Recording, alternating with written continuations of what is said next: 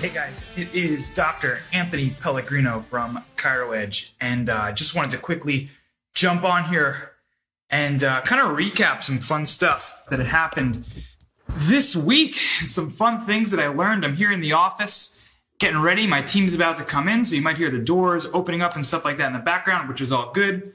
But this week, really fun. We launched our group page on Facebook called Facebook's Subluxation Slayers. So if you are not in that, make sure you get in that. It's awesome. And some of the videos that we had made last week went, I guess not viral, but it went, we'll call it Chiro viral, right? Because Chiro math is a thing. So they went Chiro viral.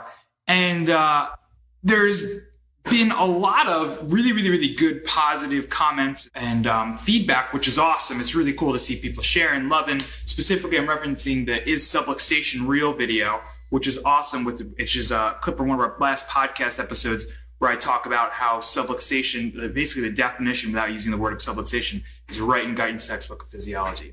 So of course, because pissing off metapractors for me is kind of like a pastime and a hobby that I very much enjoy, I put some ad dollars on that to make sure that it's not only going to reach my psych circles, but it's going to reach a ton of chiropractors, a lot of which don't necessarily agree with or believe subluxation. I think that's really fun for me. So because of that, a lot of people have kind of come back and started commenting. And I had one interaction with a chiropractor student, I don't know who he is, and it just really opened my mind into where this difference might be between the factions in our profession. So in terms of, in the Is Subluxation Real video, which where I talk about how subluxation is right, defined, the disaffrontation theory of subluxation is defined right in Guyton's textbook of physiology. So this guy writes, can you provide, and I'm going to read it here, it's in my book, I wrote it down. Can you provide any real evidence of existence of chiropractic subluxation? I have yet to see any. So clearly this guy doesn't follow my work or doesn't actually read research, because there's tons, or maybe he just chooses to ignore what he sees. So there's already a disconnect. So rather than, what would someone in the profession usually do? Somebody challenges our worldview, challenges subluxation, and we're like, well, blah, blah, blah, well, medicine has the placebo and medicine doesn't work, and we freak out, and it's like, that doesn't help anybody. Or we go out and we reference some study or some case study or something, or talk about something we saw in our practice, or how many patients we see, or something that just does absolutely nothing to actually answer the person's question, or something we provide evidence that can easily poke 1,000 holes in, right? Some really small sample size, something that doesn't show statistical significance. So rather than just go and start this war and start, going around in circles and circles and circles, I just want to clarify, right? Because there's tons of evidence out there. So I'm trying to figure out why is there this disconnect? So I asked the guy, what would you consider to be real evidence? And his answer to me completely explains our whole problem. The answer to that question, what do you mean? What would you consider to be real evidence, is evidence that establishes a clinically relevant cause and effect relationship between correcting a subluxation and curing non-musculoskeletal disease. Here we go. So evidence that establishes a clinically relevant cause and effect relationship between correcting a subluxation and curing non-musculoskeletal disease. So two points here. The first thing, what is this guy actually looking for? What are the metapractors? What is this faction of the profession looking for? What evidence would they need to see that we could provide in order to, what is the level of evidence that they need to see in order to actually be like, oh, subluxation is real, let's correct subluxation. So they want to see an epidemiological study. Okay, they want to see an epidemiological study in which we compare, let's take any symptom. Okay, reflux. Okay, let's use reflux in kids. Okay, they want to see a large scale study, epidemiological study, that looks at individuals who are subluxated, okay, versus individuals who are not subluxated, okay? They want to see that individuals have a statistically greater risk, have a higher percentage of this risk of reflux than individuals who are not subluxated on a large scale, okay? So what that basically means is that every person who is subluxated should have reflux, and nobody who is unsubluxated should have reflux. So first of all, that's not gonna happen. It never has, and it never will. First off, chiropractic utilization is so low, so finding a control group that's not subluxated is impossible. It's not, because even people, even like think about chiropractic subluxation. Well, how many chiropractors don't even believe in subluxation? So if they can't even believe it, obviously, how can they correct it? So it's like, how do we analyze and show that this group of people has subluxation versus this is not? Even after that research is published, we can prove it. But then what are we going to be able to do? Because individuals who seek chiropractors tend to make positive healthcare decisions, right? Is it isn't the fact that they eat better? The fact that, what percentage of them take essential oils? Like, what is actually the thing that changed reflux? So that type of study just doesn't exist. It's just not ever going to happen. So they're creating this thing that they need that's just literally impossible to test. First of all. Second of all, and quite frankly, the more important part is what my response was. Remember, the question was evidence that establishes a clinically relevant cause and effect relationships between correcting subluxation and curing non-musculoskeletal disease. Here's the more important part, and it's a little bit secret for you guys. Correcting subluxation doesn't cure disease. Okay, so I whispered, I don't know if that audio is going to come out. Correcting subluxation doesn't cure disease. It doesn't.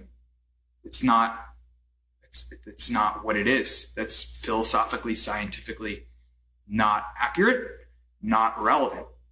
So my response was, correcting subluxation doesn't cure disease. So no, I don't have any evidence.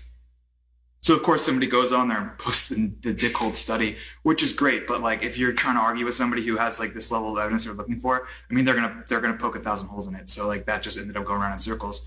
But it was such an important thing, because what I realized is that if that's what they want to see, research that shows that it can cure musculoskeletal disease, they don't actually understand what a subluxation is. They don't understand what we as principled chiropractors believe what subluxation is and what chiropractic is. Because what we believe is that correcting a subluxation improves the adaptability of the nervous system so we can better adapt to and handle physical, chemical, emotional stress. And then when those things overload the system, oftentimes symptoms come about.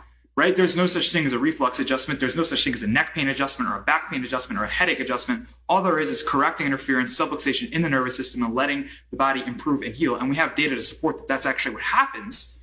But for no reason do I have somebody who's subluxated. I'm like, they're going to have reflux. Right? I see a T6 adjustment. I say, that person's going to have asthma. Like, that's not what this works. And that's what they think. That's what they think that we think, because that's the medical model. And they just don't get it. And they don't understand what it is that we're saying. So rather than just go try to, and like you're trying to talk Japanese to somebody who speaks like not Japanese, it's crazy. Like they're not thinking, their worldview is completely different. It's not a treatment. It's not a therapy. What we do is we allow the nervous system to adapt better. So I bring out, I'm like, hey man, have you ever been on PubMed? Have you looked at heart rate variability research? Because the data shows is that with improved adaptability of the nervous system, oftentimes there's a huge list of issues that even the medical community and the pharmaceutical community know that by improving adaptability of the nervous system, by improving balance between the sympathetic and parasympathetic system, that individuals are less likely to have these issues. It's not saying that every person who has good adaptability of the nervous system won't have these issues, but they're less likely because their body's functioning better. And we have tons of studies that show that the chiropractic adjustment does improve the adaptability of the nervous system. So like, I don't really see where the disconnect is here. And there really was no response. I don't know. And it's like, man, have we done a good job explaining what it is that we do to the people who politically are trying to shut us down? I mean, have we? Or do we have a ton of people going out there and all they do is say chiropractic cures ear infections, or chiropractic cures reflux? Just even our principled side, do we reject allopathic medicine so much that not even an emergency type situation is it good? Where is this disconnect, guys?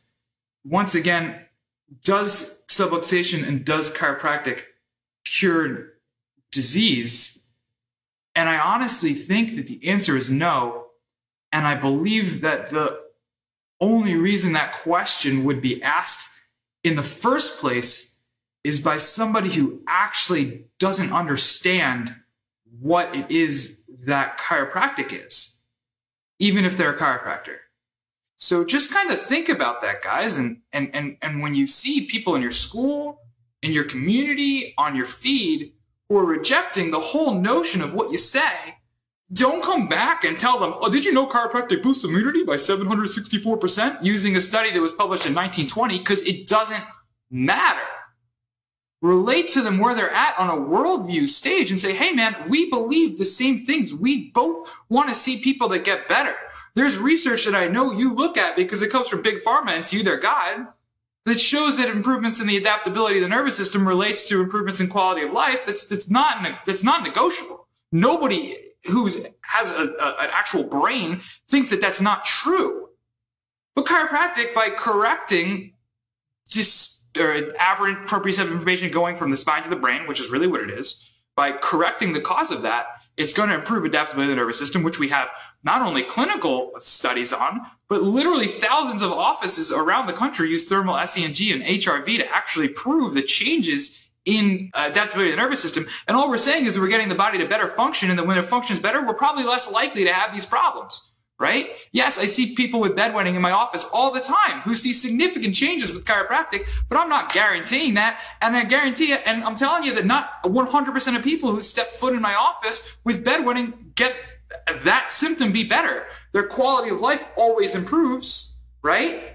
Their quality of life always improves, but it's never about that individual symptom. And that's where the disconnect is, guys. So think about how you're communicating with your family, with your community, with other chiropractors. Hold that with you.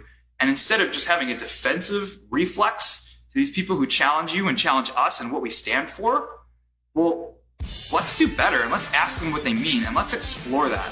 And let's see how we can relate to them. And then let's bring them closer to our side in our understanding. Because the thing is, subluxation, when you actually understand what it is, neurologically, componently, it's not a matter of it exists or not.